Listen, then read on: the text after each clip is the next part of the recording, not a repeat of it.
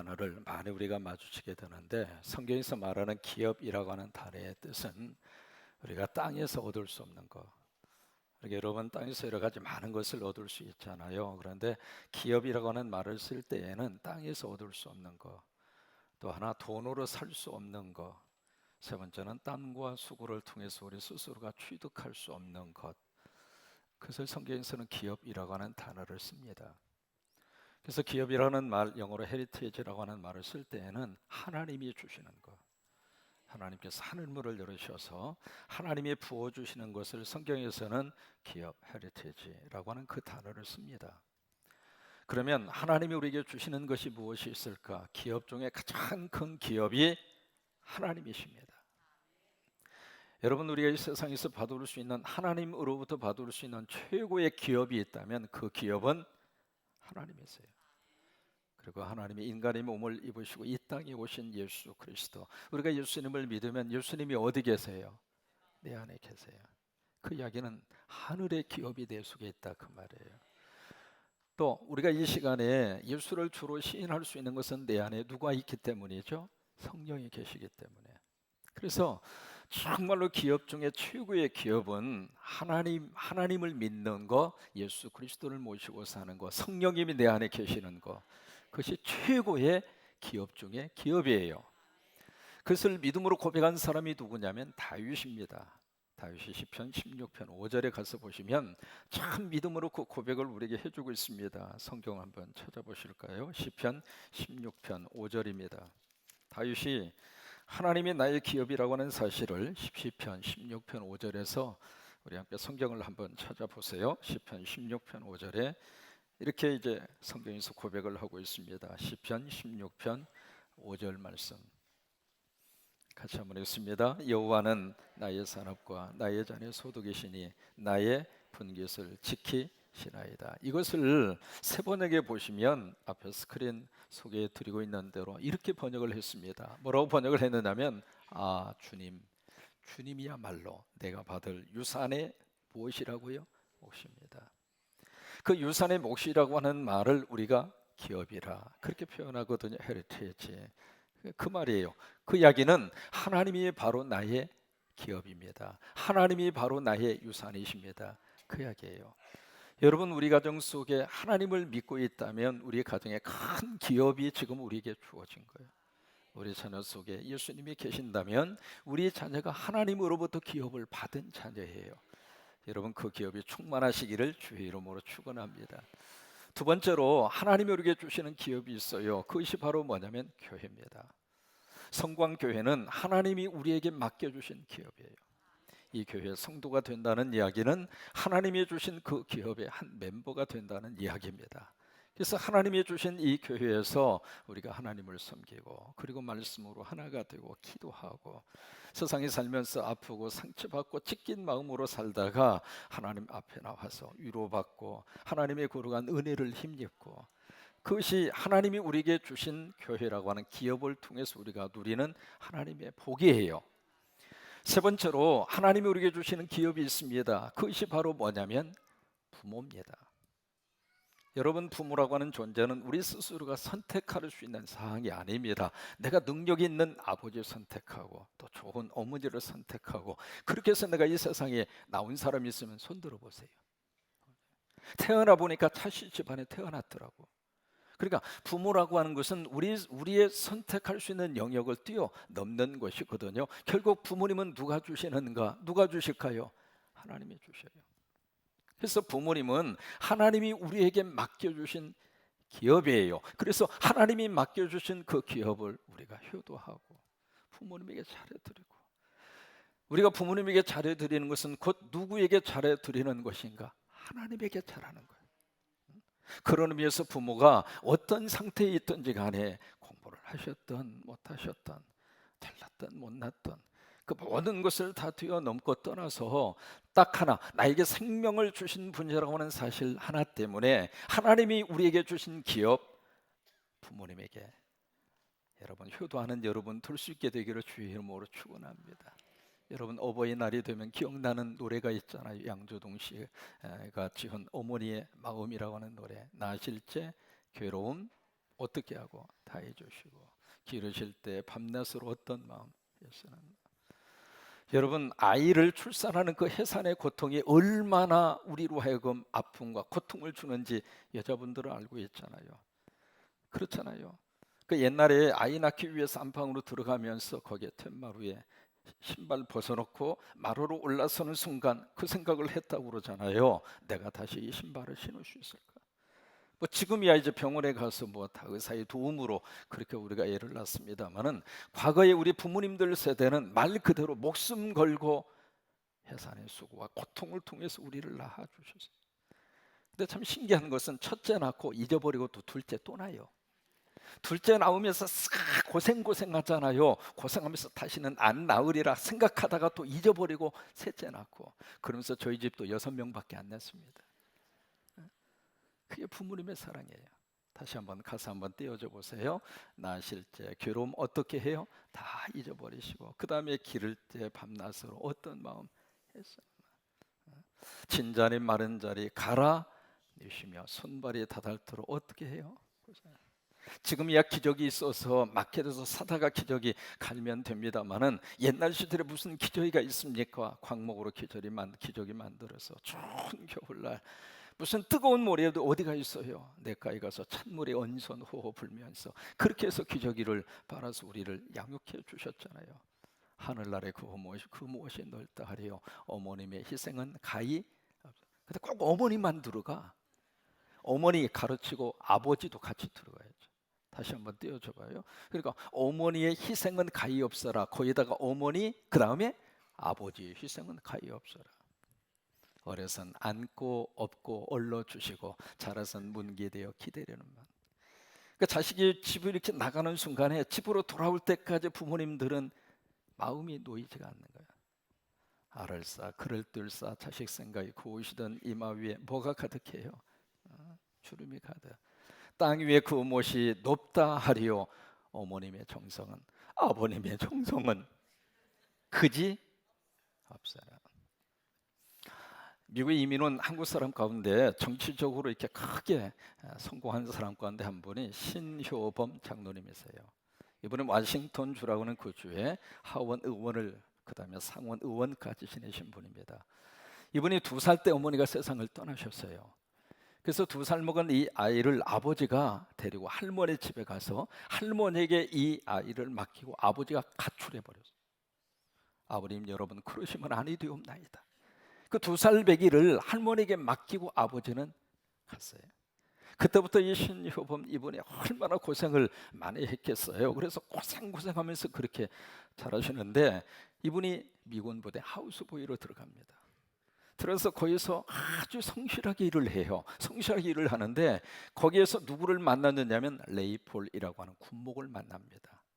그 목사님을 만나서 목사님이 신효범 이 아이를 거둬서 내가 아들로 삼겠다. 그래서 18살 때 신효범 이 사람을 미국으로 입양을 시켜서 아들로 삼습니다. 그래서 18살 때 미국으로 갔거든요. 미국에 건너가서 가만히 생각을 해보니까 내가 살 수 있는 길은 머리밖에 없다. 돈도 없고 백도 없고 아는 사람도 없고 또 하나 영어도 잘 모르고 18살 때 입양을 갔으니까, 그래도 딱 하나 내가 열심히 공부하고 노력을 해서 내가 여기서 버티고 살 수 있는 곳은 공부밖에 없다. 그렇게 생각을 하고 말 그대로 그냥 최선을 다해서 열심히 공부를 해요. 공부를 해서 그때부터 중학교 검정고시, 고등학교 검정고시, 나중에 대학교 교수까지 됩니다. 교수까지 되다가 이분이 정치적으로 이제 나가서 그 백인들이 지배하고 있는 그 사회에서 하원 의원, 상원 의원까지 올라가게 돼요. 입지전적인 인물입니다. 이분이 많은 세월이 흘렀어요. 수십 년의 세월이 지난 다음에 아버지가 보고 싶은 거예요. 여러분, 핏줄은 절대로 끊을 수가 없습니다. 세월이 흘렀다 할지라도 그 아버지가 보고 싶은 거예요. 그 아버지가 어떻게 살고 있나. 그래서 그분이 한국에 오셔서 그 아버지를 찾았거든요. 근데 찾았어요. 찾고 보니까 세장가 가셔가지고 애를 5이나 낳고 살고 계신 거예요. 그래서 수십 년 만에 아버지를 딱 만났는데, 한 맺힌 아버지잖아요. 자기 살겠다고 날 버리고 떠나간 애비. 그래서 마음속에 지울 수 없는 상처가 그 가슴 속에 깊이 패여져 있는 아버지인데, 그 아버지를 만나는 순간 그걸 안고 아버지 더 이상 원망하지 않을래요.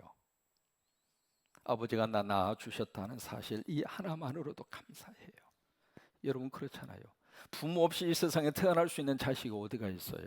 그래서 살면서 그것이 너무 고마운 거예요. 그러다 아버지, 어머니가 계셔서 내가 세상에 태어났구나. 그 다음에 두 번째로 아버지, 가난하게 태어나게 해주셔서 감사해요. 세 번째, 건강하게 태어나게 해주셔서 감사해요. 세 가지의 감사를 하고 아버지를 끌어안고 엉엉 웁니다. 왜냐하면 내가 가난했기 때문에 미군 부대에 들어갈 수가 있었고, 미군 부대에 들어갔으니까 레이펄 목사님을 만났고, 레이펄 목사님을 만났으니까 미국으로 입양이 됐고, 미국으로 입양이 됐으니까 공부를 할 수가 있었고, 공부를 해가지고 내가 지금 정치도에까지 올라간 거예요. 그냥 가만히 생각을 해보니까 가난 그 자체가 내 인생의 기회가 됐다는 거예요. 나중에 이분이 자기 아버님을 미국으로 모시고 와서 3년 동안 잘 효도하고 그리고 세상을 떠납니다. 그리고 배다른 형제 5명을 미국으로 초청해서 다 결혼시켜주고 장가보는 거 시집 보내주고. 여러분 성공했기 때문에 그런 일이 가능한가요? 아니죠. 여러분 성공했다 하더라도 그렇게 하지 않는 자녀들이 참 많아요. 무엇이 그로 하여금 그렇게 할 수가 있었을까? 믿음이 있었어요.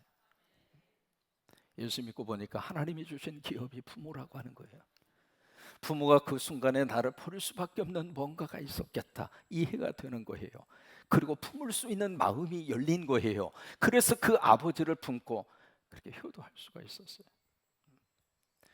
그 다음에 네 번째로 하나님이 우리에게 주신 기업이 있어요. 그 기업이 바로 누구냐면 자녀입니다. 그것을 성경이 말씀을 해주시고 있는데, 성경 시편 127편으로 한번 가서 보실까요? 자녀가 하나님이 주신 기업이라고 하는 것을 성경 시편 127편 3절에서 우리에게 말씀을 하시고 있습니다. 한번 찾아서 보셨으면 좋겠어요. 시편 127편 3절입니다. 같이 한번 읽을까요? 보라, 자식들은 여호와의 기업이야. 다시 한번 크게 시작. 보라, 자식들은 누구의 기업? 여호와의 기업. 자식들이 나의 기업이 아니고, 이 자식들이 우리가 열심으로 부모가 어떻게 해서 이 세상에 태어나게 해서 내 제품이 아니라, 이 자식들은 누구 기업? 하나님의 기업이에요. 그 얘기는 무슨 얘기냐면 하나님의 것인데, 하나님의 소속, 하나님 나라에 소속된 기업인데, 그 기업을 하나님이 우리에게 맡겨주신 것이 자녀라 이 말이에요. 그래서 미국에서요, 분만실을 영어로 딜리버리 룸이라고 그래요. 그 딜리버리 룸이라고 하는 것은 한국식으로 해석하면 배달방이거든요.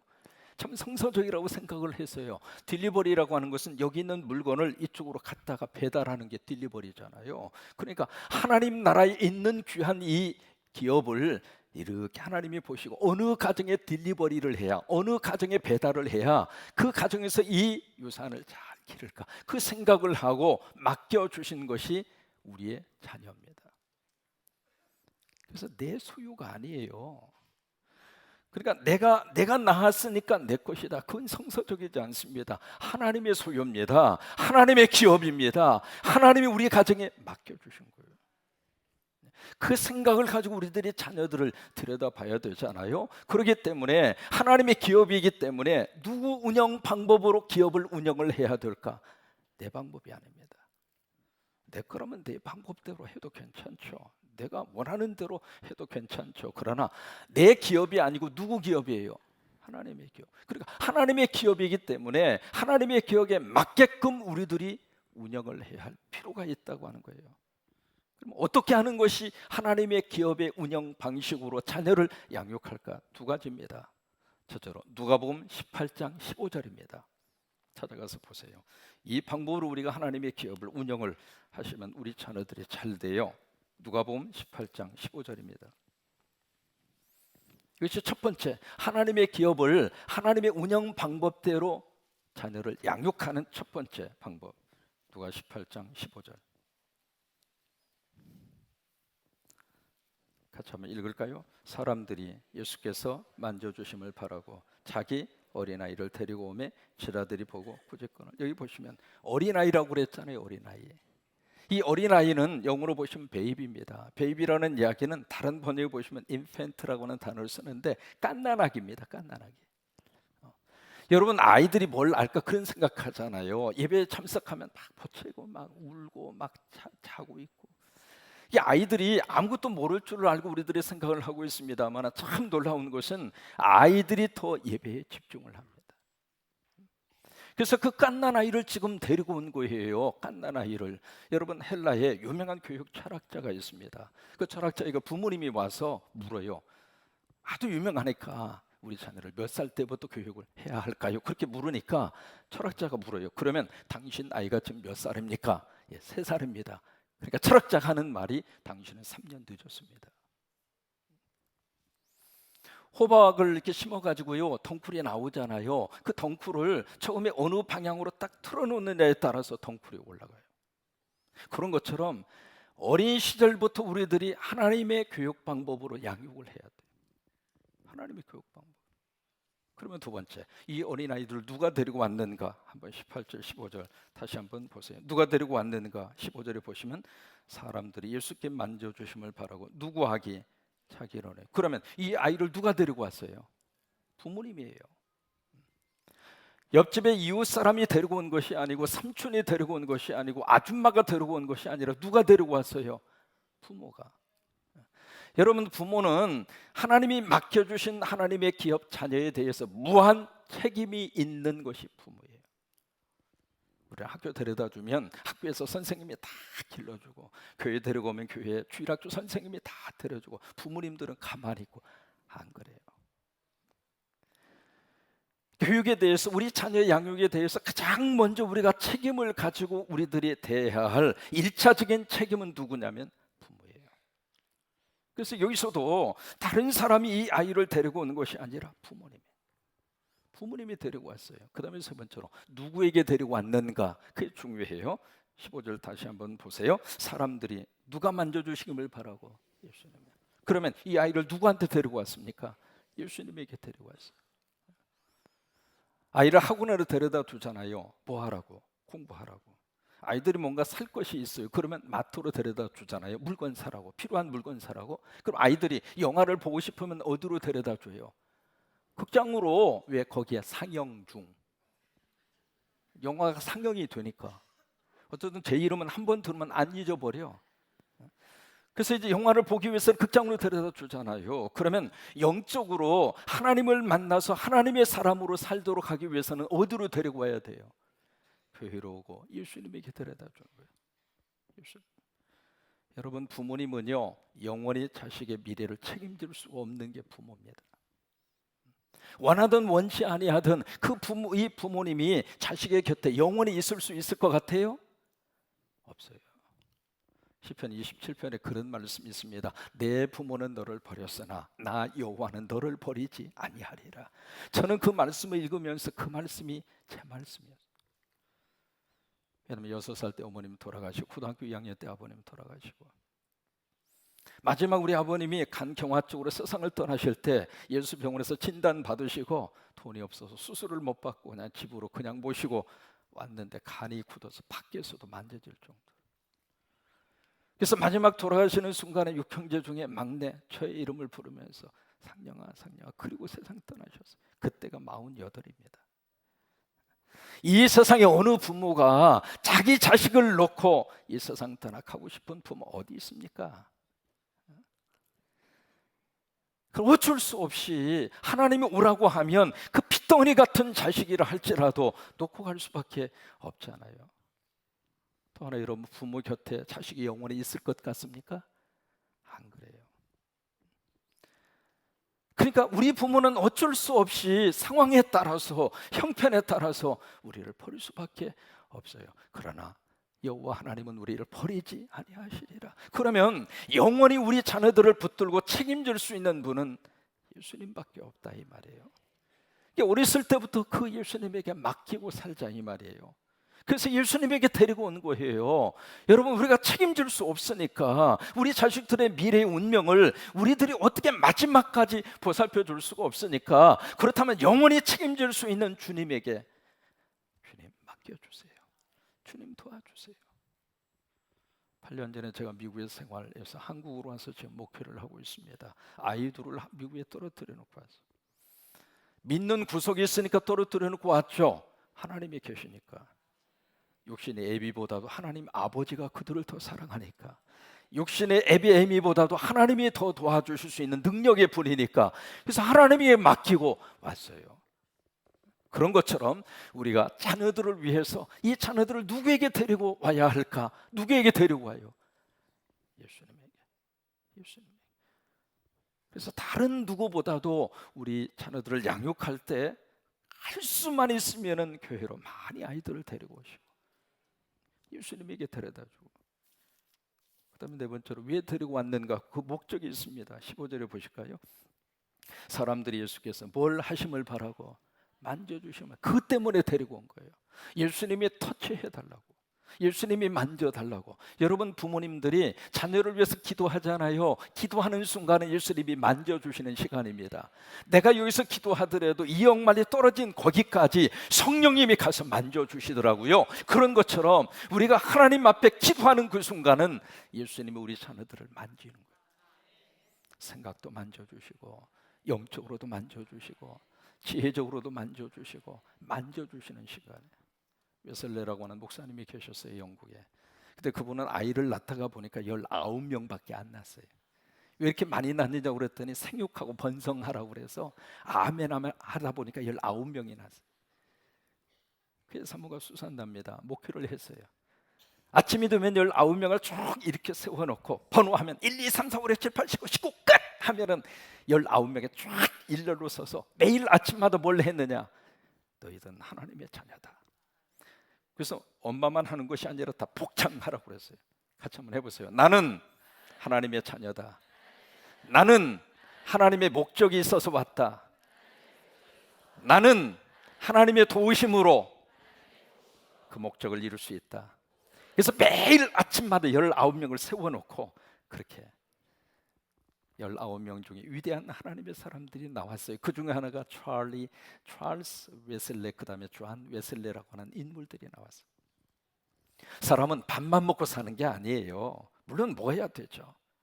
어린아이들 특별히 좋은 말을 듣고 축복의 언어를 듣고 예수님의 이름으로 복을 빌어주는 그 말을 먹어야 우리 자녀들이 더 잘 돼요. 그것이 바로 뭐냐면 예수님의 이름으로 터치하는 거예요. 여러분 저녁에 가서 자고 있는 아이가 있다면 꼭 끌어안고 한마디라도 꼭 예수님의 이름으로 축복하셨으면 좋겠어요. 하나님 우리 아이 도와주세요. 특별히 우리 아이들의 이 배에다가 손을 얹으시고, 왜 창세기 있는 말씀대로 우리 안에 붙어가지고 티끌을 먹고 사는 악한 세력이 있거든요. 어둠의 세력이 있거든요. 그 세력이 우리 아이들을 점령하면 이상한 방향으로 자꾸 흘러가요. 그렇게 하지 못하도록 성령님 우리 아이들을 도와주세요. 성령님 지켜주세요. 꼭 그렇게 머리 위에다가 놓고 배 위에다 놓고 안수기도 꼭 하세요. 멀리 떨어져 있다 할지라도 여기서 손 들고 기도하면 성령님이 만져주시거든요. 그 다음에 두 번째로 이 하나님의 기업을 어떻게 운영하고 길러내는 것이 하나님의 운영 방법일까? 두 번째입니다. 에베소서 6장 4절입니다. 오늘 본문이죠. 같이 있습니다. 또 아비들아 너희 자녀를 어떻게 하지 말고 노엽게 하지 말고 오직 주의 교훈과 훈계로 양가. 두 가지입니다. 여기 자녀를 노엽게 하지 말라 그 말은 화나게 하지 말라 그 말인데 아이를 인격체로 대하라 그 말이에요. 철이 없고 어리다고 그래서 비인격적인 체가 아니거든요. 함부로 할 수 있는 물건이 아니거든요. 하나님의 인격입니다. 그러니까 아이들을 인격적으로 그렇게 대해라 그 말씀이고, 두 번째는 주의 교훈과 훈계로 양육하라고 하는 것은 하나님 말씀으로 양육하라 그 말이에요. 여러분 이 세상에서 수많은 민족이 살고 있습니다마는 그 민족 가운데 주목을 받는 민족 가운데 하나가 유대인이잖아요. 왜냐하면 유대인들 공부 참 잘합니다. 우리가 어떻게 알 수 있는가? 노벨상 수상자를 보면은요, 전체 노벨상 수상자 지금까지 그 가운데 26%가 유대인입니다. 그리고 특별히 노벨 경제학상이 있거든요. 노벨 경제학상은 거기 전체 수상자 가운데 65%가 유대인입니다.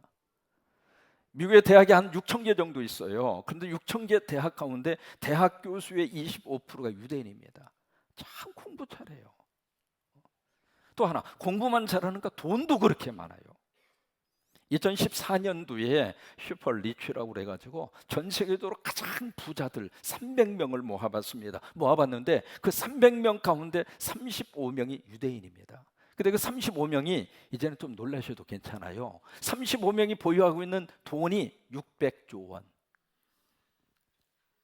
어떻게 공부도 잘하고 어떻게 그렇게 돈도 잘 버냐고요.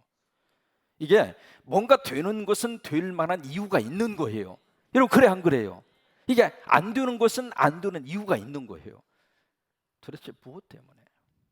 두 가지입니다. 여러 가지 많은 이유가 있겠습니다만 두 가지, 첫째가 가정교육이고 두 번째가 신앙교육입니다. 이 유대 부모들은 자식에 대한 생각이 아주 유별납니다. 뭐냐면 그 자녀를 어떻게 보느냐면 너는 하나님의 선택받은 민족이다. 어렸을 때부터 그 의식으로 부모가 자식을 봐요. 가정에 행여라도 장애우 아이가 태어났다. 만약에 그 장애우를 이상하게 보지 않습니다. 너도 정상인과 똑같다. 조금 다른 것뿐이다. 그러니까 어렸을 때 부모가 그렇게 생각하고 그렇게 교육을 시키니까 이 아이도 그렇게 생각하는 거예요. 초중고가 나하고 조금 다르네. 그렇게 생각하고 자기 인생을 사는데, 그러면서 이 부모님은 자식에게 너는 너야. 네가 남이 될 필요 없어. 남과 경쟁할 필요 없어. 너는 너대로 살아. 너는 네 인생 네가 살아. 하나님 의지하고 그렇게 살아. 그런 모습으로 부모가 자녀를 들여다보고 자녀도 그 의식을 가지고 그렇게 자라더라 이 말이에요. 그 다음에 두 번째로, 이 유대 부모들은 철저하게 신앙 교육을 시킵니다. 그래서 자녀 교육 가운데 중요하게 생각하는 것이 성인식입니다. 한국에서는 성인식을 만 19살 지난 20살 때 5월 셋째 주 월요일 날 하더라고요. 근데 유대인들은 성인식을 언제 하는가? 남자 성인식은 13살, 그리고 여자 성인식은 12살 때 합니다. 굉장히 빨리 합니다. 그리고 왜 남자가 한 살 더 13살 때 하는가? 남자는 철이 늦게 들어요. 그래서 13살 때 해요. 13살 때 하는데, 다시 한번 띄워줘 봐요. 남자 성인식을 뭐라고 말하느냐면, 따라서 한번 해보세요. 바르 미츠바. 여자 좀 크게 한번 해보셔요. 바르 미츠바. 여자 성인식은 밭 미츠바. 그 바르라고 하는 것은 아들이라고 하는 뜻이고, 밭이라고 하는 것은 딸이라고 하는 뜻이고요. 미츠바라고 하는 이 히브리 말은 영어로 말하면 commandment, 율법이라고 하는 뜻이에요. 그들의 성인식의 가장 중요한 의미는 바로 뭐냐면, 이제부터 운전면허증 따고 투표권이 있고 19세 미만 못 들어가는데 마음대로 출입하고 술집 들어갈 수 있고 담배 피울 수 있고, 그런 것을 공식적으로 허락받는 날이 성인식이 아니라, 그 뜻은 바로 무슨 뜻이 있냐면 너는 하나님의 아들이다. 넌 하나님의 딸이다. 이제부터 말씀 가지고 살아라. 그렇게 해서 미루바츠바, 반미츠바 그 얘기를 하는 거예요. 성인식 때 세 가지의 선물을 줍니다. 첫째로 축의금을 줘요. 친척들이 다 와가지고 너는 이제 성인이 됐다. 13살, 12살 먹은 아이를 그렇게 성인식을 하면서 축의금을 줍니다. 그럼 축의금을 주면 부모님이 갖다 쓰느냐? 안 써요. 그것을 그대로 그 아이 이름으로 투자를 해줍니다.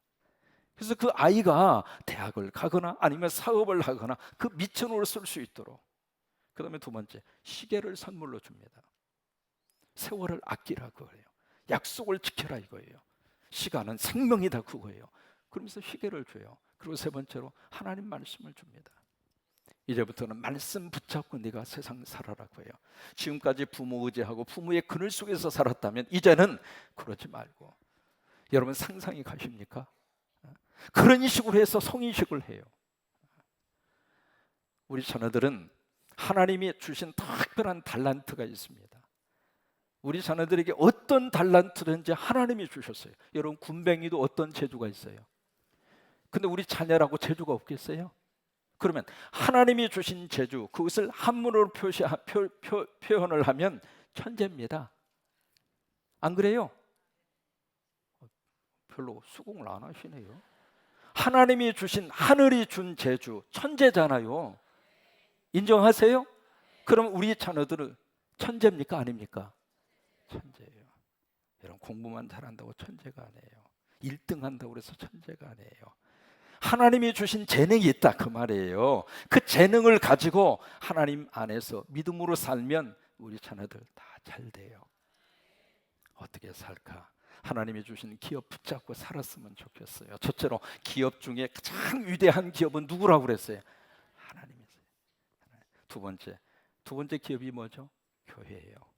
성광교회는 우리가 하나님으로부터 받은 기업이에요. 세 번째 기업이 누구예요? 부모님이에요. 네 번째 기업이 누구예요? 자녀예요. 여러분 기업 붙잡고 행복하게 사시길 주의 이름으로 축원합니다.